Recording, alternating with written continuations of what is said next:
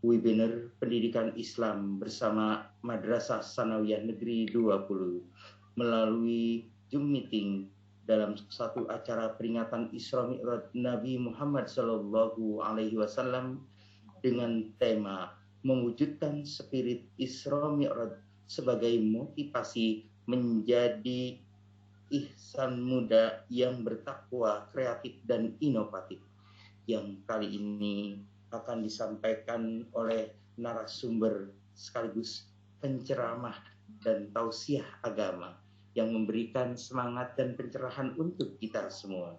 Kepada yang terhormat Bapak Dr. Imam Bukhari MPD, kepada beliau kami persilahkan.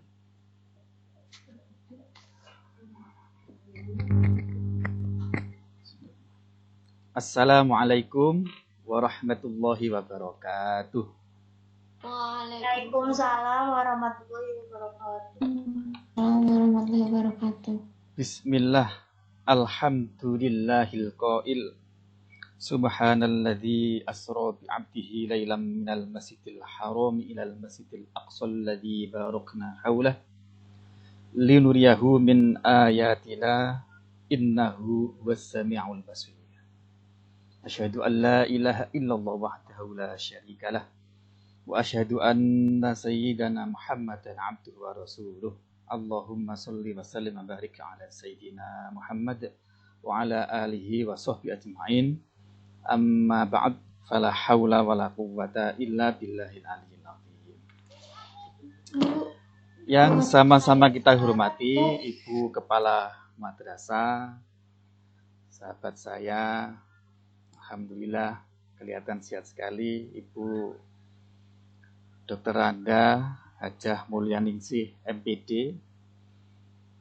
Alhamdulillah masih ada Ibu. Tidak lupa kepada Bapak KTU MTS Negeri 20 Jakarta Timur.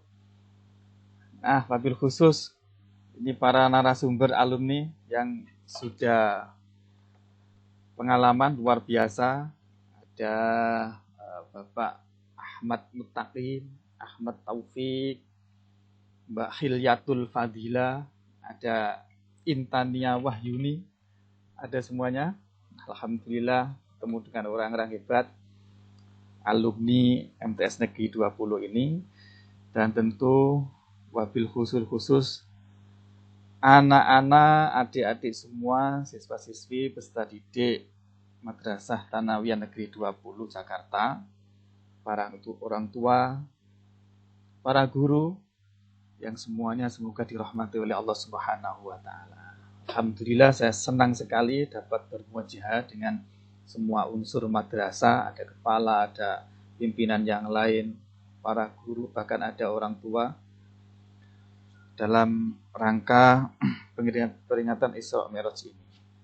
Kepada saya disampaikan tema bagaimana mengambil hikmah spirit Isra Mi'raj ini untuk menyiapkan insan muda yang bertakwa, tapi tidak cukup takwa saja, tapi yang kreatif dan inovatif. Wah, ini berat sekali. Izinkan saya share screen. Nah,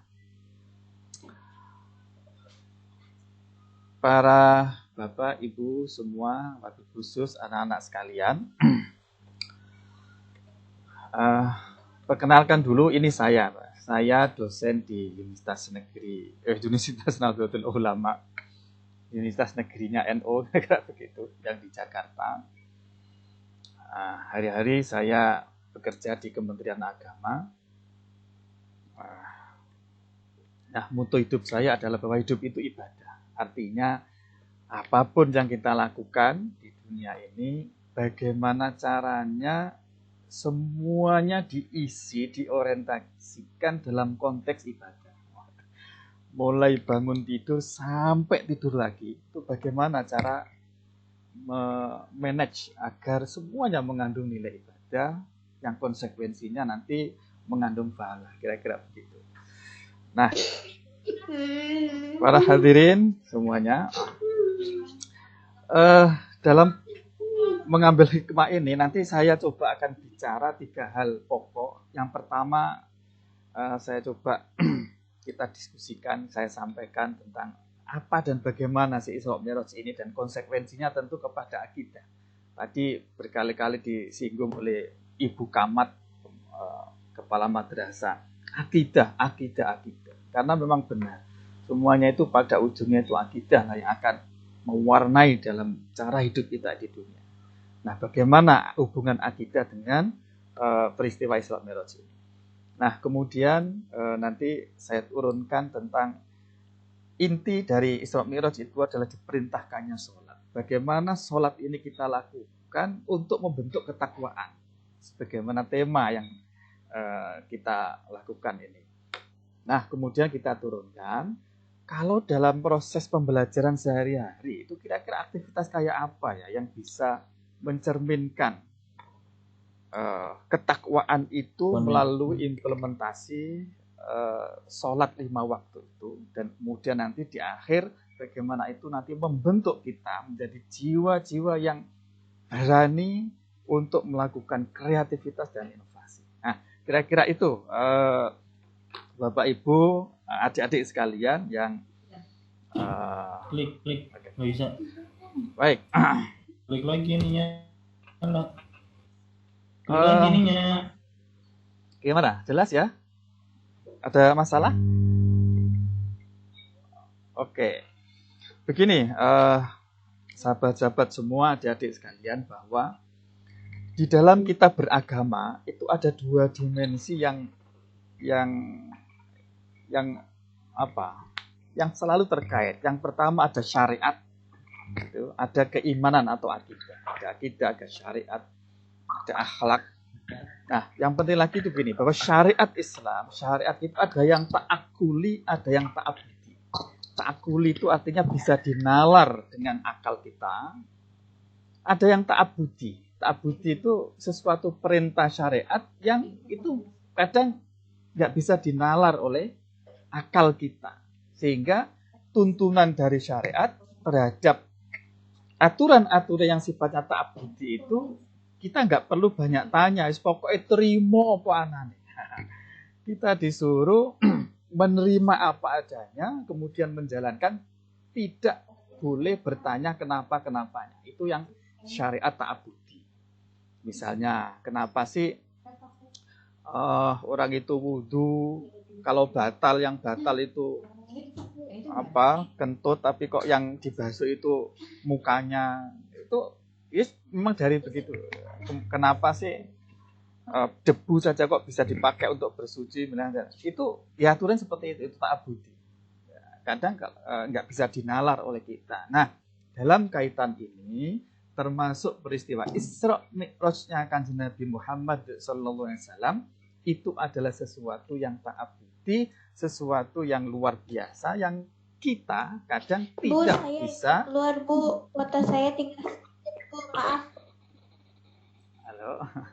Ya, yang itu di luar jangkauan akal kita, yang kita dituntut pokoknya mengimani apa adanya yang diceritakan di dalam Al-Quran maupun di dalam hadis. Tidak perlu menanyakan bagaimana, kemudian kalau tidak sesuai dengan akal kemudian ditolak, tidak seperti itu. Dengan terkait dengan syariat yang bersifat ta'abudi itu. Nah, termasuk ilmu pun demikian. Ada yang ilmu iktisabi, ada yang ilmu laduni. Ilmu laduni itu ilmu yang kita peroleh dengan tanpa cara, tanpa menggunakan cara yang normal kita dan sebagainya, tapi menggunakan ilham langsung dari Allah. Itu ada faktanya ada. Nah, kalau kita biasanya menggunakan iktisabi, belajar yang rajin baru pinter. Tapi ada orang-orang tertentu itu mendapat ilmu laduni itu melalui ilham yang langsung diberikan oleh Allah sekalipun tanpa belajar. Nah, itu biasanya syaratnya yang harus membersihkan hatinya betul-betul bersih, suci, sehingga tidak ada halangan apapun untuk memungkinkan menerima ilham dari Allah secara langsung tadi. Nah, inilah yang biasanya ilmunya para nabi, para wali, para orang-orang yang dekat dengan Allah Subhanahu wa Ta'ala. Nah, oke, baik. Saya coba ke peristiwa Isra Mi'raj ini. Adik-adik sekalian, bahwa peristiwa Isra Mi'raj itu merupakan sesuatu yang gaib dan imani, tauqifi. Kita tinggal menerima saja dari berita-berita Al-Quran maupun dari langsung Kanjeng Nabi melalui hadisnya, dan terjadinya itu dengan jasadnya Kanjeng Nabi dan sekaligus ruhnya. Nah, sekalipun ada pendapat lain yang menyatakan bahwa peristiwa Isra Mi'raj itu hanya ruhnya saja. Hanya ruhnya saja, tidak melibatkan jasad utuhnya. Nah, tapi pendapat Ahlussunnah wal Jamaah yang paling kuat itu adalah bahwa peristiwa Isra Mi'raj, Isra perjalanan Kanjeng Nabi dari Masjidil Haram ke Masjidil Aqsa dengan mengendarai binatang yang disebut buraq. Buraq itu ada mengatakan asal kata dari barkun yang artinya itu kilat. Disebut buraq karena kecepatan binatang ini itu secepat kilat, bahkan lebih cepat daripada itu. Nah, kemudian peristiwa Mi'raj itu peristiwa naiknya Kanjeng Nabi Muhammad SAW ke Sidratil Muntaha untuk bisa ketemu langsung dengan Allah, mendapatkan perintah sholat itu. Nah, terjadinya Isra dan Mi'raj itu dalam keadaan terjaga, sadar, jadi normal. Karena inilah sehingga di dalam Al-Quran itu diekspresikan bahasanya itu dengan Subhanalladzi asra, Maha Suci Allah. Ini menunjukkan sebuah takjub. Memang sesuatu kejadian yang memang aneh dan di luar kebiasaan. Nah, sehingga menggunakan Subhanalladzi. Nah, kejadian itu tidak lama, hanya sekitar 3-4 jam. Pada malam hari Senin, malam Senin tanggal 27 Rajab, 1 tahun sebelum hijrahnya Kanjeng Nabi dari Mekah ke Madinah. Nah, terjadinya itu setelah tahun Huzni. Tahun Huzni itu tahun di mana Kanjeng Nabi dan para sahabat itu diisolasi, diembargo secara ekonomi, diembargo secara pergaulan, diembargo secara sosial, semuanya sehingga sampai diceritakan bahkan Kanjeng Nabi untuk bisa bertahan hidup itu harus makan dedaunan. Karena memang nggak ada yang dimakan. Diembargo, diisolasi, nggak boleh berhubungan dia siapapun, tidak boleh dapat kiriman makanan apapun selama 3 tahun setengah.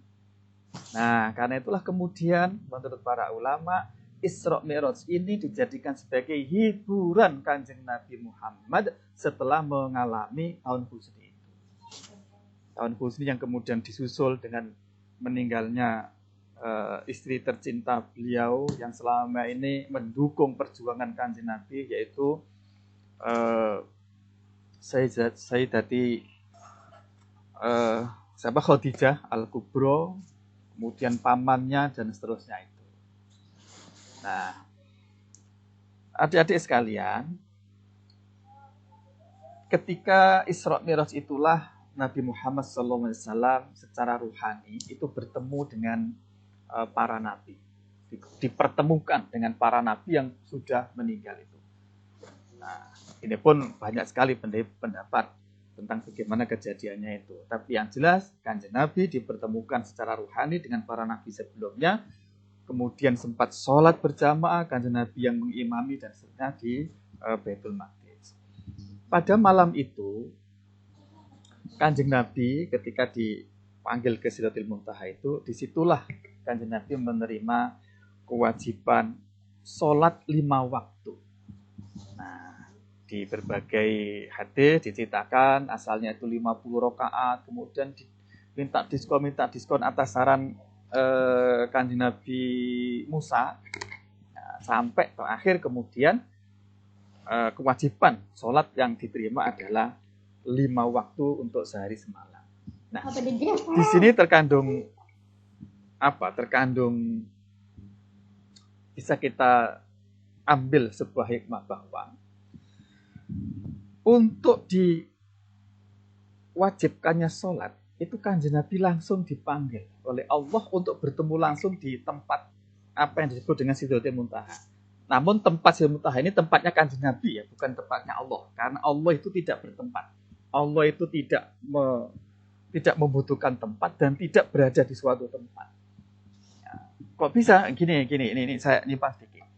Karena bagaimana cara menalar bahwa Allah itu tidak bertempat dan tidak membutuhkan tempat. Karena Allah itu Maha Qadim. Allah itu dahulu tanpa permulaan.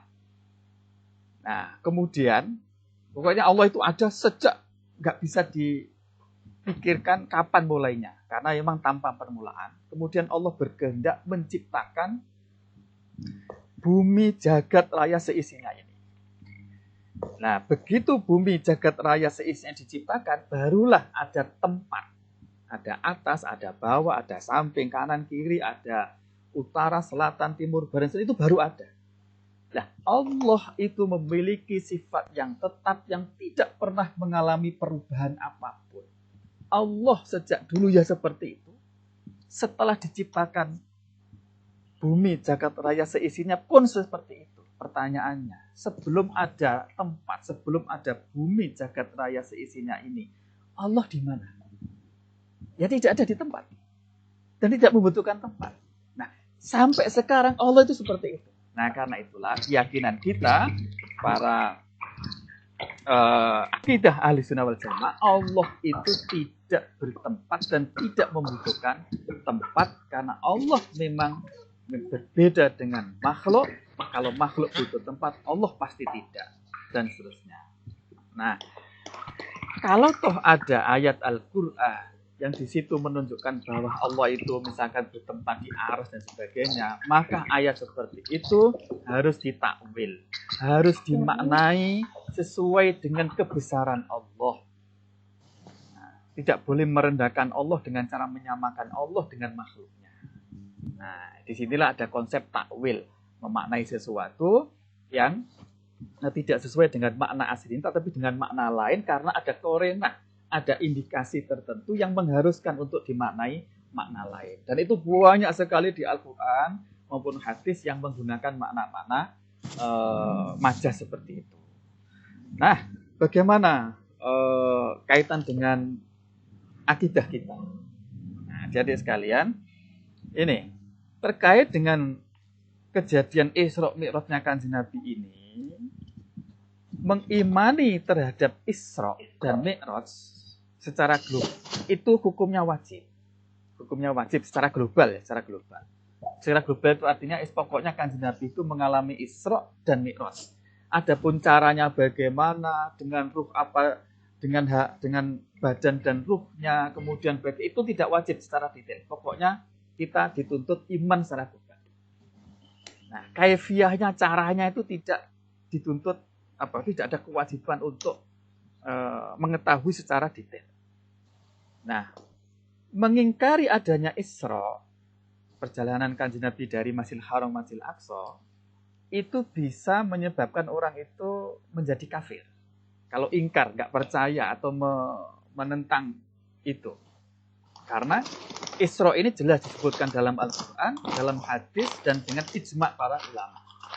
Namun untuk kejadian Mi'rajnya, perjalanan Kanjeng Nabi ke Sidratul Muntaha, itu tidak sampai menimbulkan hukum kafir. Hanya berdosa, fasik, berdosa besar saja. Nah, kenapa? Karena terkait dengan Mi'rajnya Kanjeng Nabi, itu hanya ditetapkan dengan hadis yang hadis masyhur. Tidak sampai hadis mutawatir, tidak sampai ijma' para ulama. Nah, itu alasannya.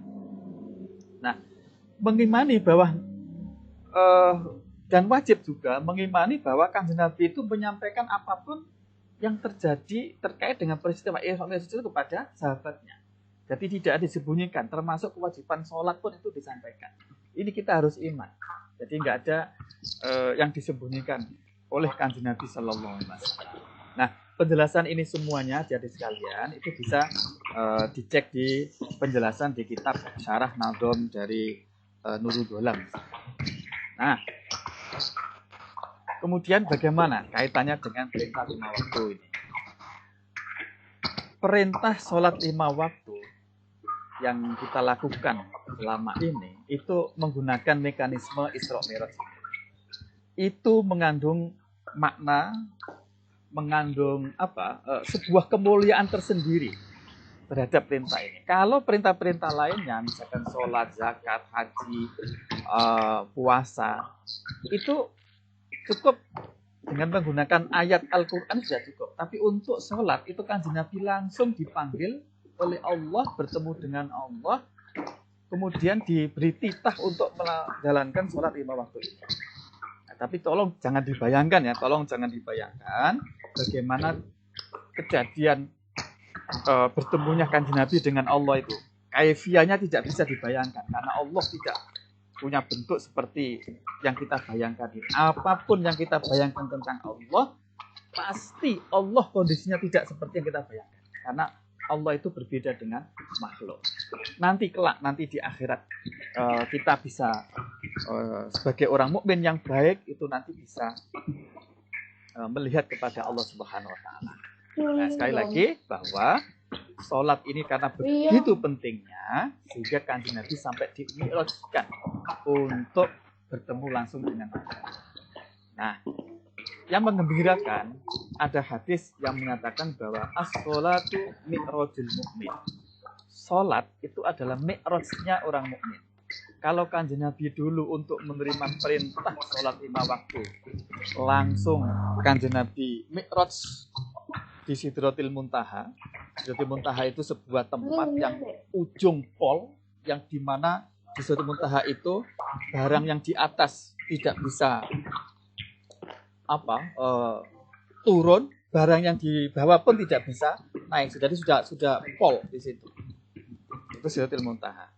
Nah, kemudian Kanjeng Nabi dimi'rajkan ke sana. Nah, sebagai umatnya, kita, orang-orang mukmin, itu juga disediakan sarana untuk mi'raj. Apa itu? Sholat. Nah, kalau dulu Kanjeng Nabi itu mi'raj langsung berdialog dengan Allah. Nah, kita sebagai umatnya itu juga bisa berdialog dengan Allah Subhanahu wa taala melalui sholat. Jadi, sholat yang kita lakukan selama ini itu adalah sarana untuk kita berkomunikasi langsung dengan Allah Subhanahu wa taala. Kan ada hadisnya itu bahwa ketika kita membaca Fatihah itu Allah langsung menjawab Alhamdulillahirabbil alamin. Dijawab oleh Allah. Aduh, hambaku memuji-muji saya. Ar-Rahmanir-Rahim, Malik Yaumiddin, Iyyaka na'budu wa iyyaka nasta'in, Ihdinas siratal mustaqim. Waduh, ini hambaku meminta kepada saya, maka akan saya kasih apa yang diminta. Jadi langsung dijawab seperti Allah. Ini bisa dicek di hadis-hadis. Nah, adik-adik sekalian, karena itulah kita perlu perhatikan betul sholat ini karena begitu pentingnya sholat ini. Lah keyakinan aswaja menurut ahli sunnah wal jamaah itu begini terkait dengan Isra Mi'raj ini. Nabi Muhammad SAW itu melihat langsung kepada Allah. Tapi jangan dibayangkan kaifiahnya, caranya bagaimana. Ini hanya terjadi kepada Kanjeng Nabi SAW saja. Sebagai keistimewaan Kanjeng Nabi. Tidak pernah terjadi dan tidak mungkin terjadi terhadap selain Kanjeng Nabi. Sekalipun Nabi-Nabi yang lain. Nah, tidak bisa terjadi pada selain Nabi Muhammad SAW di dunia ini ya. Di dunia ini ya. Artinya apa? Artinya kalau ada orang, siapapun orang itu. Kalau mengaku ketemu dengan Allah Subhanahu wa taala atau bermimpi ketemu dengan Gusti Allah Subhanahu wa taala pasti bohong. Nah, karena syariat kita menyatakan bahwa Allah itu tidak bisa dilihat dengan mata kepala ini. Nah, sekalipun secara akal menurut para ulama ini bisa dicek di kitab Nurul Dhulam itu, sekalipun secara akal itu bisa dilihat secara akal, tapi faktanya tidak. Kenapa? Karena Allah itu wujud, Allah itu ada. Dan sesuatu yang wujud itu ada itu bisa dilihat. Hanya saja menurut Imam Malik bahwa sesuatu yang fana seperti manusia itu fana karena pada akhirnya nanti hancur. Allah itu kan baqo. Baqo itu ada selama-lamanya, itu baqo. Ya sesuatu yang fana tidak mungkin bisa melihat sesuatu yang baqo. Nah, karena itulah di dunia ini maka manusia tidak mungkin bisa melihat kepada Allah Subhanahu wa taala kecuali Kanjeng Nabi sebagai keistimewaan waktu itu. Kecuali Kanjeng Nabi. Nah, adapun nanti di akhirat, karena manusia itu sudah hidup selama-lamanya, maka dimungkinkan untuk bisa melihat Allah Subhanahu wa taala secara langsung, tapi itu pun hanya merupakan bagi orang-orang mukmin yang betul-betul baik saja. Dan itu merupakan kenikmatan yang terbesar. Jadi kenikmatan yang terbesar, terhebat nanti kalau di akhirat itu adalah kita bisa menyaksikan Allah Subhanahu wa taala. Yang dengan kenikmatan itu, kenikmatan lain apapun yang ada di surga itu lupa semuanya. Karena ketutup dengan kenikmatan bisa melihat Allah Subhanahu wa taala. Nah, semoga kita semua nanti kelak bisa melihat kepada Allah Subhanahu wa taala dengan Dengan tentu dengan pertolongan Allah kita menjadi orang baik dekat dengan Allah, nanti kenikmatan tambahan yang luar biasa itu nanti kelak bisa dicapai. Nah, adik-adik sekalian, itulah keyakinan kita kepada peristiwa Isra Mi'raj, termasuk keyakinan Ahlussunnah Jamaah terkait dengan melihat Allah. Nah, adik-adik sekalian, lalu tentang sholat, sejauh mana sih, bagaimana, betapa sholat itu penting dalam kehidupan kita. Kita lihat ini, sholat adalah tiang agama. Jadi kunci tiang dalam kita beragama itu sholat, ukurannya itu sholat. Kalau sholatnya itu baik, maka amal yang lain, perbuatan yang lain, keagamaan kita akan baik. Tapi kalau sholatnya itu tidak baik, bolong-bolong, kalau toh sholat tidak begitu menyesuaikan dengan aturan dan seterusnya, berarti keagamaan seseorang itu juga tidak baik. Jadi ukurannya itu sholat, karena sholat itu tiang agama. Andaikan rumah berdiri tegak, itu tiangnya itu sholat. Kalau tiangnya itu rubuh, maka otomatis rumah itu akan rubuh. Nah, agama itu rumahnya, tiangnya itu sholat. Nah, karena itu, adik-adik sekalian, hal utama dan yang pertama, nanti kelak di akhirat yang dihisab itu adalah sholat. Awwalu ma yuhasabu biyaumil qiyam as-sholah. Hal pertama yang dihisab nanti di hari kiamat itu adalah sholat. Kalau sholatnya baik, maka semua amal selain sholat dianggap baik. Jika sholat itu buruk, maka semua amal itu dianggap buruk. Jadi sholat, sekali lagi sholat. Bahkan di dalam Al-Quran misalnya, innas sholata tanha anil fahsya'i wal munkar. Sholat itu dapat mencegah diri kita dari berbuat keji dan perbuatan mungkar. Keji dan mungkar itu berbeda. Kalau keji itu kira-kira maksiat. Maksiat dengan mungkar itu beda. Bedanya begini. Kalau sesuatu yang mungkar itu belum tentu maksiat. Tapi kalau sesuatu yang maksiat pasti mungkar. Nah, kalau maksiat jelas sesuatu yang melanggar syariat itu maksiat. Contoh yang mungkar tapi tidak maksiat itu misalnya ada orang gila yang telanjang di jalan. Nah, perbuatan orang gila yang telanjang di jalanan itu perbuatan mungkar. Tapi tidak maksiat karena orang gila kan nggak ada hukum dosa dan pahala, sehingga nggak dihukumi maksiat. Nah, itu contoh dari perbuatan mungkar tapi tidak maksiat, atau perbuatan nggak pantas lah, kira-kira begitu, mungkar itu. Nah, dengan sholat itu orang akan bisa menghindar dari maksiat dan menghindar dari suatu perbuatan yang nggak pantas. Nah, karena itu, mari kita koreksi diri kita. Kalau kita sekiranya belum berhasil menjadi orang baik-baik, masih suka berbohong lah, masih suka ngutil, mengambil milik orang lain, tapi yang kecil-kecil namanya ngutil. Kalau banyak mencuri, kalau sembunyi-sembunyi namanya mencopet. suka marah, suka nyakiti teman, suka bully dan sebagainya, maka cek sholatnya. Kalau kita belum berhasil menjadi orang baik-baik, itu cek sholatnya. Pasti bermasalah sholatnya. Nah, karena itu pertanyaan yang mendasar adalah, sholat yang bagaimanakah? Sholat yang mampu mencegah seseorang untuk berbuat keji dan mungkar, berbuat maksiat dan berbuat tidak pantas. Ada dua. Sholat yang memenuhi syarat sahnya sholat, dan sholat yang memenuhi syarat qabul. Jadi sholat itu ada dua perspektif, ada dua pandangan. Satu, sholat yang sah. Dua, sholat yang diterima. Itu dua yang berbeda. Nah, sholat yang sah itu apabila sholat itu memenuhi syarat dan rukunnya. Nah, sholat yang qabul, sholat yang diterima, ini adalah sholat itu ketika dilakukan itu khusyuk dan seterusnya. Itulah mengapa, adik-adik sekalian, kenapa sih ada orang-orang yang sholatnya sudah sholat 5 waktu, tapi kok kelakuannya nggak sesuai ya, kok masih mau melakukan maksiat, mau melakukan hal yang tidak pantas. Nah, itu bisa dicek di sini. Nah, bagaimana sholat yang baik dan benar, sholat yang sah dan sholat yang diterima itu? Nah, ini. Jadi sholat yang baik itu kriterianya dua, yaitu sholatnya itu sah dan sholatnya itu diterima. Nah, sholat yang sah itu ukurannya 3 ini. Semua syarat sahnya dipenuhi, misalkan menutup aurat, suci, menghadap kiblat, berdiri bagi yang mampu, itu semua dipenuhi.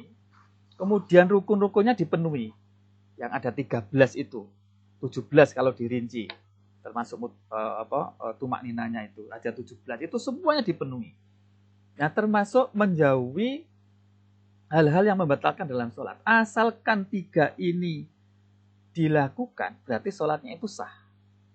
Sah apa artinya? Artinya nanti kelak di akhirat, orang tadi tidak dituntut untuk melakukan sholat. Sudah bebas tanggungan, sudah bebas melakukan kewajiban, tidak dituntut neraka gara-gara sholat. Itu kalau sah. Nah, apakah khusyuk enggak, itu enggak urusan. Pokoknya asalkan 3 ini terpenuhi, maka sholatnya itu sah dan kewajibannya sudah gugur. Nah, tapi ada pahalanya apa tidak? Ya, nanti dulu dicek yang di sini. Nah, sholat yang diterima inilah yang nanti kelak itu ada pahalanya dan mampu mengendalikan seseorang untuk berbuat maksiat dan berbuat yang tidak pantas.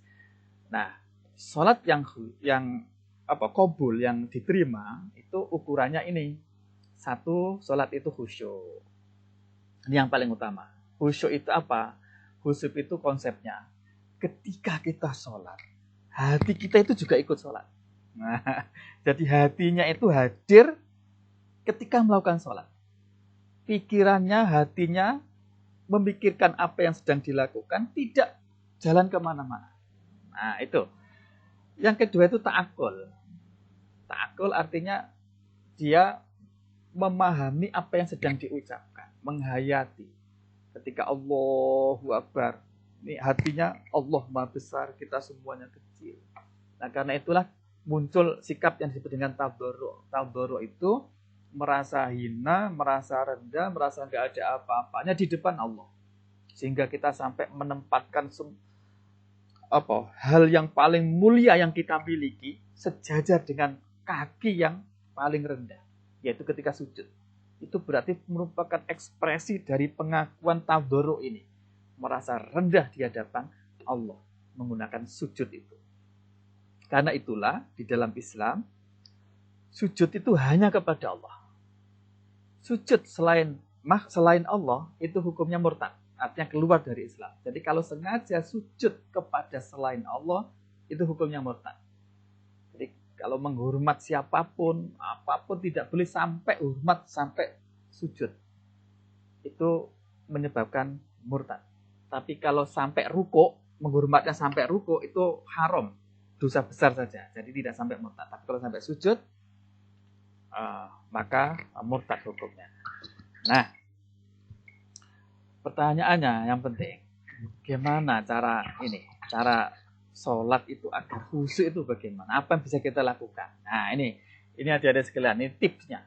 Tips bagaimana agar sholat kita khusyuk, sehingga sholat kita nanti itu bisa menyebabkan kita bisa menghindar dari maksiat dan melakukan hal yang tidak pantas. Dan ketika itu terjadi, maka takwa itu ya intinya di situ. Sholat yang membentuk ketakwaan kayak apa? Ini, caranya ini. Pertama ini adik-adik. Serius melakukan persiapan lahir ketika mau sholat. Misalnya, wudunya itu disempurnakan. Semua kesunatan dilakukan, syarat rukunya apalagi. Kemudian pakaiannya juga begitu. Pokoknya serius, menampakkan keseriusan ketika kita mau menghadap kepada Allah. Wong kita kalau mau menghadap ibu kepala madrasah saja harus rapi-rapi, tidak mau pakaian yang sembarangan, bau pun begitu. Nah, apalagi ini mau menghadap kepada Allah. Maka betul-betul harus disiapkan secara serius lahirnya. Nah, yang kedua batin. Tinggalkanlah pikiran-pikiran yang sifatnya kesenangan dunia. Nah, apapun yang terkait dengan kesenangan-kesenangan dunia itu sementara kita lupakan semuanya. Usahakan ketika mau sholat itu kita yakini bahwa sholat itu adalah sholat yang terakhir yang akan kita persembahkan kepada Allah pada saat ini. Karena mau meninggal dunia, kira-kira begitu. Sehingga betul-betul serius, mantap kepada Allah. Fokus kepada Allah. Karena kita yakini ini sholat saya yang terakhir. Nanti gak ada kesempatan lagi. Ini yang dimaksud dengan ka'annaka tamutu ghadan. Beribadalah seolah-olah kamu itu mau akan meninggal dunia. Tapi wa'mal lidunyaka ka'annaka ta'isyu abadan. Ketika bekerja, kita nggak bisa berpandangan bahwa kita harus mempersiapkan masa depan gini dan sebagainya. Tapi untuk sholat, pandangan kita adalah bahwa ini adalah sholat yang terakhir karena setelah ini mau meninggal dunia. Sehingga kita fokus menghadap kepada Allah. Nah, usahakan bisa kita bayangkan itu kita seolah-olah menghadap kepada Allah. Kalau toh tidak bisa, kita merasa dilihat oleh Allah. Ini definisi ihsan. Nah, berikutnya adalah tipsnya. Yang ketiga adalah tinggalkan maksiat antar waktu sholat. Jadi kalau mau sholat zuhur, usahakan bagaimana caranya sejak subuh sampai zuhur itu kita tidak melakukan maksiat. Mau sholat asar, usahakan bagaimana caranya mulai zuhur sampai asar itu kita terhindar dari maksiat, tidak melakukan maksiat. Kalau mau sholat maghrib, usahakan bagaimana caranya mulai dari asar sampai maghrib itu kita tidak melakukan maksiat. Nah, insya Allah dengan seperti itu Allah akan memberi pertolongan untuk kita bisa khusyuk kepada Allah. Inilah kira-kira adik-adik sekalian, sholat yang seperti inilah nanti yang betul-betul bisa mengendalikan kita menjadi orang yang takwa itu. Nah, yang paling pengaruh juga terhadap kekhusyuan itu adalah rencana melakukan maksiat. Karena itu usahakan bagaimana cara ketika menghadap sholat itu jangan sampai merencanakan untuk melakukan maksiat atau merencanakan melakukan kesenangan-kesenangan sifatnya duniawi. Pokoknya akhirat yang dipikirkan. Insya Allah dengan ini kita bisa khusyuk. Bisa khusyuk kepada Allah. Dan dengan khusyuk sekali lagi, sholat kita lah akan betul-betul bisa mengendalikan kita untuk tidak berbuat maksiat dan tidak berbuat hal yang tidak pantas. Tidak pantas menurut Allah dan tidak pantas menurut kalangan manusia. Nah, adik-adik sekalian, sekarang bagaimana kalau itu kemudian kita turunkan dalam kita belajar di madrasah. Nah, kita belajar prinsip dari pendidikan agama itu ini, adik-adik sekalian ya. Kita tahu bahwa unsur dari manusia itu ada akal, hati, nafsu, dan fisik. Empat unsur manusia ini dalam pendidikan mesti harus dikembangkan semuanya secara proporsional. Sehingga nanti kelak akan membentuk manusia yang sempurna, insan kamil. Jadi insan kamil sempurna itu manusia yang akalnya normal, cerdas, berfungsi, hatinya sehat, mampu mengendalikan nafsu, nafsunya dikendalikan hati, didukung oleh fisik yang sehat, kuat, dan fresh gitu kira-kira begitu. Jadi akalnya ini berfungsi, cerdas, bisa mengilhami terhadap apa yang baik dan apa yang manfaat maslahah untuk mengembangkan kompetensi ini. Hatinya itu akan mengendalikan nafsunya. Jadi dalam konsep Islam, nafsu itu nggak boleh dibunuh, nggak boleh dihilangkan, tapi dikendalikan. Coba bayangkan adik-adik sekalian ya, kalau nafsu makan misalnya itu dihilangkan, apa yang terjadi? Nafsu seks itu kalau dihilangkan sama sekali, apa terjadi? Tidak akan ada keturunan manusia, nggak punya anak dan seterusnya. Jadi nafsu tetap mesti dikendalikan, nafsu tetap ada, tapi tetap dikendalikan. Inilah manusia sempurna. Nah, pendidikan kita itu mesti menghidupkan semua ini. Bagaimana akal, hati terutama, ini akan menyetir, mengendalikan kepada nafsu dan fisik. Nah, itu saja tidak cukup. Ya. Tapi keilmuan dan pendidikan itu semuanya, itu kita lakukan semata-mata untuk kesejahteraan atau kebaikan di akhirat. Tapi dunianya ini tetap kita bangun untuk perantara mencapai akhirat. Jadi begini. Adik-adik ketika belajar di madrasah, itu silakan menjadi orang terbaik, berprestasi, bercita-cita setinggi mungkin, menjadi orang hebat secara duniawi. Tapi itu jangan sampai menjadi tujuan akhir. Jadikan itu semua sebagai perantara untuk mencari pahala kebutuhan di akhirat. Nah, contohnya begini. Ini tadi kakak-kakak kita ada yang menjadi polisi, ada yang menjadi luar biasa. Jadi polisi misalnya. Ya polisi itu menjadi pangkat yang tertinggi, tapi semua diorientasikan untuk perantara untuk mencari pahala sebanyak-banyak, persiapan untuk di akhirat. Jadi tujuan akhir tetap akhirat. Adapun jabatan yang kita usahakan perjuangkan melalui pendidikan itu hanyalah perantara untuk akhirat. Kenapa? Karena begini, di akhirat inilah hidup yang sesungguhnya. Hidup yang tidak ada akhir itu akhirat. Kenikmatan yang sesungguhnya juga ada di akhirat. Kalau kenikmatan di dunia itu sifatnya nisbi, relatif, cepat hilang, dan sedikit. Ini ciri khasnya. Tapi di akhirat sebaliknya, nikmat yang sesungguhnya. Di dunia, bakso itu kan nikmat ya. Coba kalau makan 2 mangkok, 3 mangkok, 4 mangkok, 5 mangkok, kenikmatannya pasti hilang. Nah di akhirat, konon, mangkok pertama nikmat. Mangkok kedua lebih nikmat daripada mangkok pertama. Mangkok ketiga, bakso mangkok ketiga, itu lebih nikmat daripada mangkok kedua dan pertama. Terus begitu. Itulah kenikmatan hakiki nanti kelak di akhirat. Karena itulah layak sekali kehidupan akhirat ini benar-benar menjadi tujuan akhir, namun perantaranya tetap kehidupan dunianya. Dunia kita perjuangkan sebaik-baiknya, tapi tujuan akhirnya adalah untuk kebahagiaan di akhirat. Nah, dengan demikian nanti, menjadi apapun kelak, adik-adik semuanya, menjadi presiden, menjadi menteri, menjadi apa, menjadi polisi, menjadi direktur, menjadi apapun, itu tetap akan diwarnai dengan nilai-nilai ukhrawi, nilai-nilai agama tadi itu. Inilah sukses yang sesungguhnya. Jadi konsep sukses itu apa definisinya? Sukses adalah berhasil menjadi orang baik. Nah, baru ditambahi orang baik yang menjadi dokter, orang baik yang menjadi polisi, orang baik yang menjadi apoteker, orang baik yang menjadi itu. Jadi prinsipnya baik dulu. Itulah orang sukses. Tentu kita semuanya, adik-adik sekalian, tidak bangga melihat orang yang pangkatnya tinggi, tapi tidak baik.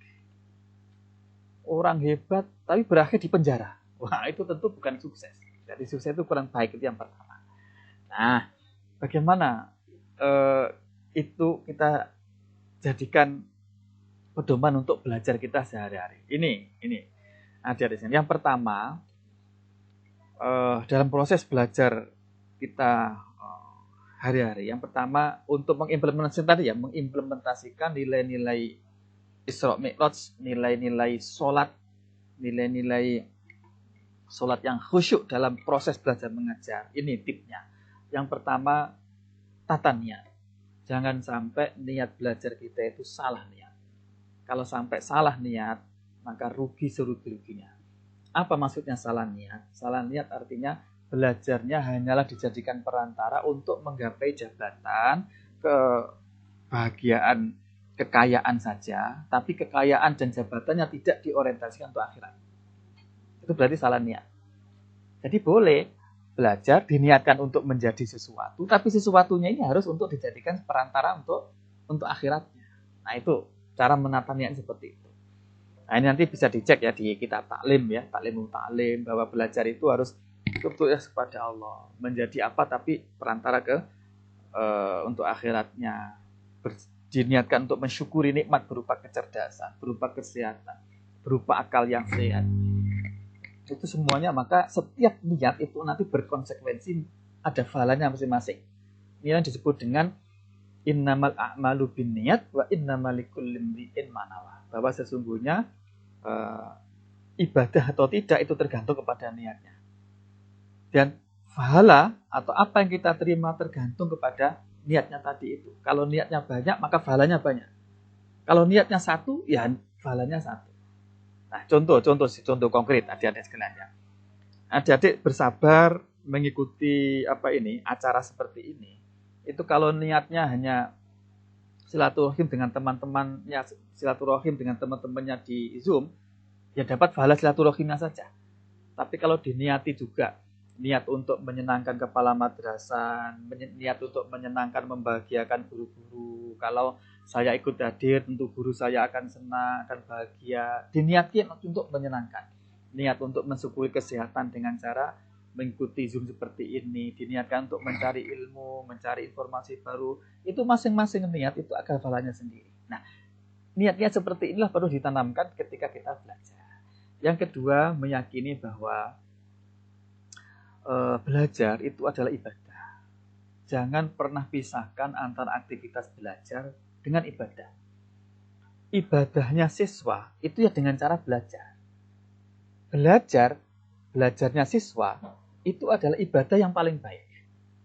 Nah, ini penting ini. Jadi, dengan demikian hadirin sekalian, kalau toh ingin pahala yang banyak, belajarnya yang rajin. Tapi diniatkan tadi itu. Nah, kemudian dalam belajar, utamakanlah manfaatnya ilmu itu dan keberkahan dari ilmu. Jadi, kemanfaatan ilmu dan keberkahan ilmu itu segala-galanya. Apalah artinya pinter, tapi tidak manfaat. Tidak memberikan manfaat kepada orang lain. Hidup di masyarakat tidak menggunakan ilmunya. Tidak mengambil manfaat dari keberadaan orang itu. Tentu kita tidak mau. Lebih baik ilmunya sederhana, ulangnya tapi betul-betul efektif membantu masyarakat, dimanfaatkan masyarakat. Itu jauh lebih baik daripada orang pinter, tapi ilmunya justru tidak manfaat. Kanjeng Nabi saja, orang yang top di dunia jagat raya ini, itu mohon kepada Allah terhindar dari ilmu yang tidak manfaat. Karena ilmu yang tidak manfaat atau kepinteran saja yang jauh dari akhlak, itu madorotnya lebih besar daripada manfaatnya. Bahkan bisa jadi nggak ada manfaatnya. Madorotnya baik di dunia maupun di akhirat itu lebih besar daripada manfaatnya. Itu kalau kepintaran saja tidak dibarengi dengan akhlak. Nah, bagaimana agar ilmu kita itu berkah manfaat? Nah, itu kuncinya ada di penghargaan, penghormatan, memuliakan kepada guru. Memuliakan kepada ilmu. Nah, memuliakan kepada ilmu itu adalah memuliakan gurunya, memuliakan kitabnya. Karena itu kalau membawa kitab jangan sembarangan, membawa Quran jangan sembarangan. Harus betul-betul mencerminkan penghargaan, penghormatan. Menghormati kepada majelis ilmu, kepada teman-temannya. Itu semua dihormati agar ilmunya tadi bermanfaat. Mencari ridho guru, usahakan jangan sampai mengecewakan hati guru. Gimana caranya?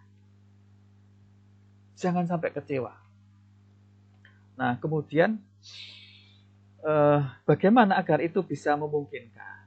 Nah, ini ketika kita belajar agar ilmu itu manfaat, hatinya bersih, maka lakukan apa yang disebut dengan tazkiyatun nufus, membersihkan jiwa, membersihkan hati. Caranya ada dua, mujahadah dan riyadhah.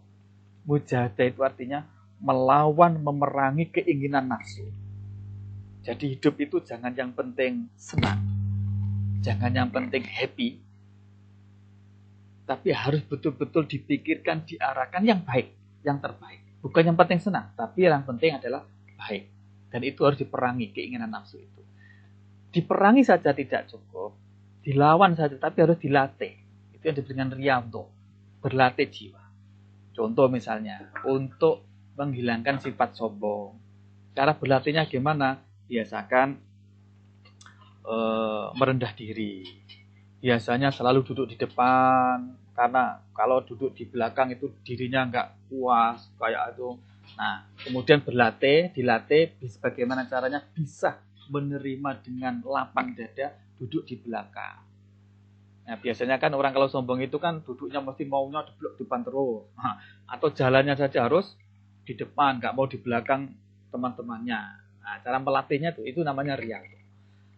Nah, tapi riyadhah tidak itu saja. Misalkan riyadhah dengan puasa untuk melatih keinginan nafsu ini dan seterusnya. Nah, cara konkretnya ini secara real, teman-teman kalau belajar usahakan dalam keadaan suci. Punya wudu, dawamul toharoh, selalu dalam kondisi suci. Nah, setelah suci, usahakan itu dijaga kesuciannya. Sehingga kalau kita mau menyentuh cewek, itu pikir-pikir. Nah, gitu. Kalau mau melakukan maksiat, pikir-pikir. Menjaga kesucian diri. Yang kedua, dawamul dzikri. Selalu dzikir di mana saja, kapan saja, bagaimana saja. Di mana saja. Tidak ada tempat yang di situ tidak disunatkan untuk berzikir. Dimanapun. Sampai di WC, itu pun boleh berzikir, tapi hanya dalam hati. Nggak boleh, haram hukumnya kalau dilisankan, diucapkan. Nah, tapi dalam hati. Zikir kan tidak harus dengan mulut. Bisa hati, bahkan bil jawariyah. Zikir dengan anggota tubuh. Bagaimana caranya? Setiap mau melakukan apapun, ingat aturan Allah, aturan syariat Allah. Nah, itu zikirnya jawariyah. Kita mau minum, misalnya. Nah, ini dipikirkan. Ini aturan syariatnya bagaimana? Itu zikir. Kita mau jalan kemana? Kemudian dipikirkan. Jalan saya ini menuju maksiat. Ada pahalanya apa enggak ya? Itu termasuk berzikir. Namanya zikrul jawarih. Zikirnya anggota tubuh. Mau melihatnya dipikir. Melihat saya ini sesuai syariat apa enggak ya? Mengandung pahala apa enggak ya? Nah, itu namanya zikir bil jawarih. Mari kita biasakan itu semuanya. Insya Allah dengan cara itu hati kita menjadi bersih, dan kalau hati itu bersih maka ilmu nafi', ilmu berkah itu bisa nempat. Karena ilmu itu tepatnya di hati yang bersih.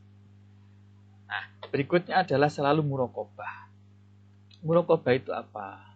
Muraqabah itu merasa selalu dipantau gerak-geriknya itu oleh Allah, sehingga tidak berani melakukan maksiat. Kemudian usahakan muhasabah. Muhasabah itu selalu menghitung diri, amal, perbuatan diri setiap hari. Hari ini saya melakukan apa ya? Perbuatan baik saya dengan perbuatan buruk saya itu lebih besar mana ya? Nah, itu menghitung-hitung.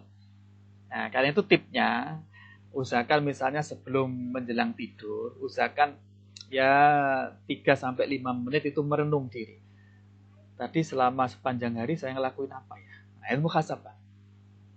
Kalau ternyata amal baiknya lebih banyak daripada amal buruknya, segeralah bersyukur, alhamdulillah, kemudian minta ditambah.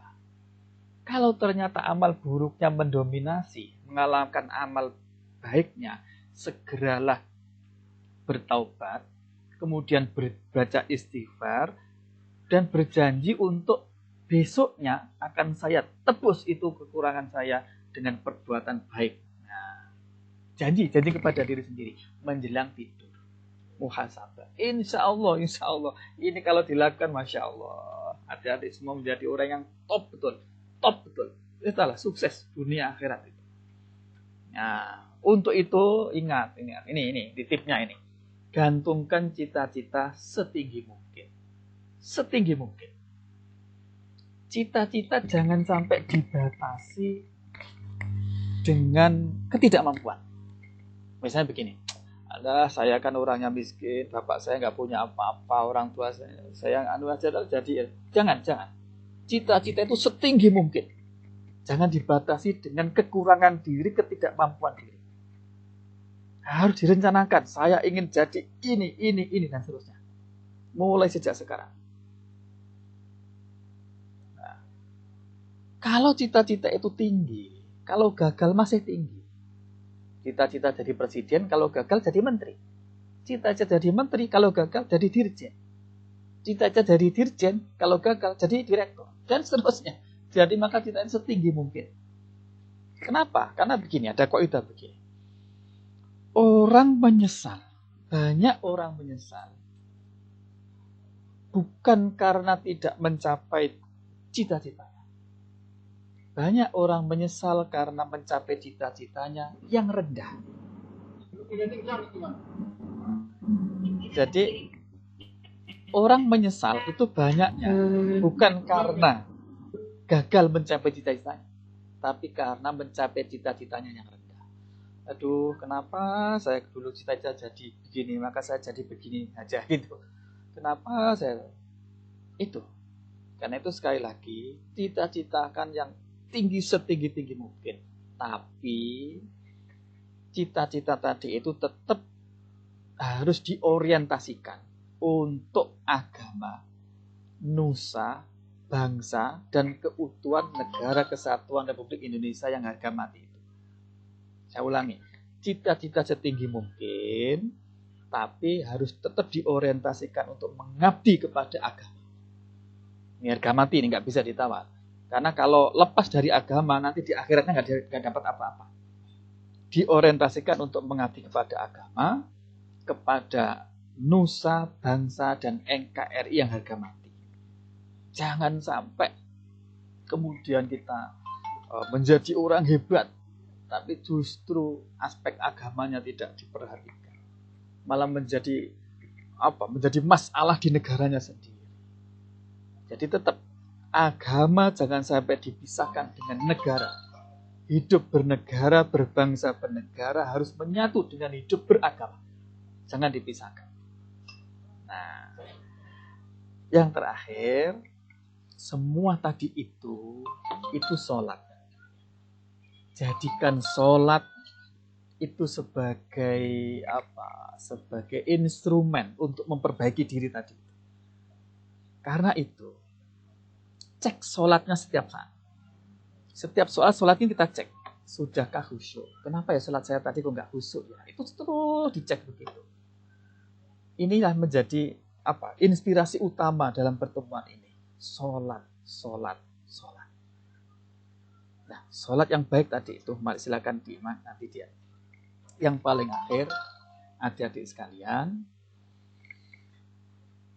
bagaimana sholat yang demikian tadi itu hubungannya dengan menciptakan kita semua menjadi insan-insan yang kreatif dan dinamis, kreatif dan inovatif. Gini, kreativitas dan inovasi seseorang itu sangat tergantung kepada keberanian seseorang. Kepintaran orang tidak akan banyak berarti kalau dia tidak punya keberanian untuk keluar dari zona amannya, zona nyamannya, tidak berani melakukan sesuatu yang baru. Dan kreativitas itu adalah keberanian berpikir yang berbeda, melakukan sesuatu yang berbeda, melakukan hal baru. Dan itu sekali lagi keberanian. Nah, keberanian itu kuncinya adalah rasa takut kepada Allah. Di dalam makalah itu ada begini. Man akhafallah akhafa kulla syai'. Barang siapa yang takut kepada Allah, maka dia akan ditakuti oleh siapapun dan oleh apapun. Saya ulangi, ini penting sekali. Barang siapa yang takut kepada Allah, maka orang itu akan ditakuti oleh apapun, siapapun. Artinya apa? Keberanian itu kuncinya adalah ketakutan kita kepada Allah untuk bermaksiat kepada Allah. Ketika kita yang ditakuti itu hanya Allah, takut maksiat kepada Allah, maka manusia tidak ada yang akan ditakuti. Bahkan manusia lain akan takut kepada kita. Itu kuncinya. Dan takut kepada Allah itu bahasanya adalah takwa. Itu dibentuk dengan baik oleh sholat. Sholatlah instrumen untuk menjadikan orang itu takwa dengan kualitas takwa yang baik dan benar. Dengan ketika takwa takut hanya kepada Allah, maka keberanian itu akan muncul. Ketika keberanian itu muncul, maka kita bebas berpikir apapun, melakukan apapun, asal tidak melanggar syariat Allah. Tidak ada yang ditakuti. Inilah inti daripada bagaimana kita membentuk manusia-manusia yang kreatif, inovatif. Keberanian. Dan itu muncul dari ketakwaan. Akhirnya adik-adik sekalian, apapun yang kita lakukan itu pada akhirnya itu Allah nanti yang menentukan. Dengan keyakinan seperti ini, nanti kalau toh gagal, kita tidak sedih. Kalau toh berhasil, tidak menjadi sombong. Kenapa? Karena manusia hanya bertugas untuk memaksimalkan, mengoptimalkan ikhtiar. Takdir Allah lah yang menentukan. Takdir Allah yang menentukan. Semoga dengan prinsip ini kita menjadi orang sukses, tidak sombong. Misalnya gagal dari urusan dunia, kita tidak sedih. Sehingga orang seperti ini selalu bahagia selama-lamanya. Selamat menjadi orang bahagia, selamat menjadi orang yang baik, kreatif, inovatif. Wallahul muwaffiq ila aqwamit thoriq. Wassalamualaikum warahmatullahi wabarakatuh.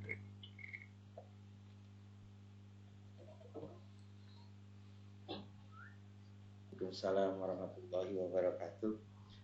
Terima kasih kami ucapkan kepada Bapak